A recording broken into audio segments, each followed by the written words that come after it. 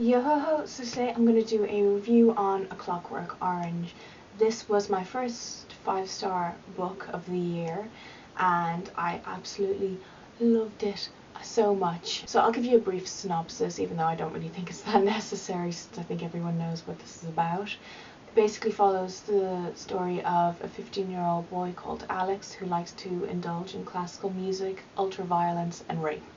And these hobbies of his catch up with him and he's arrested and thrown in prison, and to reduce his time in jail he's subjected to a series of experiments to reform him, to make him not be jonesing for violence and rape and things like that. And I think it kind of comes down to when he then afterwards, after these experiments, when he thinks of rape or being violent, he immediately feels sick. It all comes down to association sort of thing. He's shown disgusting, horrifying videos, and his favourite music is being played over it too, so it ruins his music, which I was kind of like, oh, that sucks for him. I thought the character of Alex was very charming and cute, and I found this odd because you're supposed to, normally for a character who likes committing acts of violence and rape, you're supposed to feel a lot of animosity for, and you're not supposed to like him, and you're definitely not supposed to think, oh, he's so cute.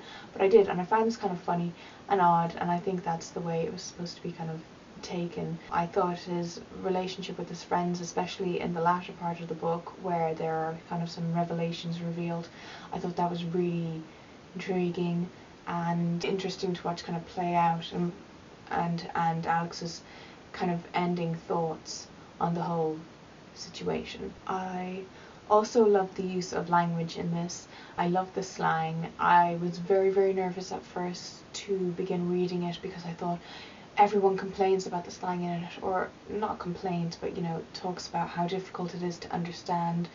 But it's actually really not that difficult. After the first couple of pages you stop noticing it because you just get used to it. And I think I picked up this book a couple of years ago. I read the first couple of pages.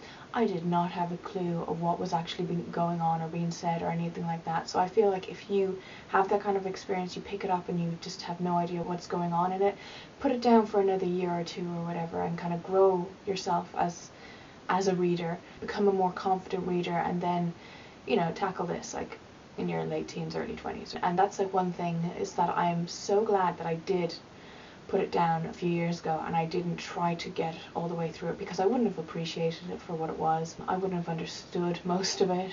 I wouldn't have feel the way about the characters that I did. I think I just read it at the most perfect point in my life and where it makes the most sense to me, and not saying that I relate to any of the characters particularly or anything like that, or that it's a very life-changing book, but I think I just read it at a point where I can appreciate it the most. So I feel that with the slang as well, there was certain words that I did get stuck on, but I looked them up on Google and Wikipedia and stuff, and there's a list of what the words mean there if you do get stuck on any particular word. But most of it is very understandable. If you were to put your finger over the word in the context to the sentence, you can figure out what word is supposed to be there. It's really not that difficult, and if you like I said, if you've been putting it off for ages because you're worried about it, don't be worried about it. It's really understandable, and yeah, I absolutely loved it. This will definitely be in my top 5 books of 2014, or my top 10 books, or whatever it is I choose to do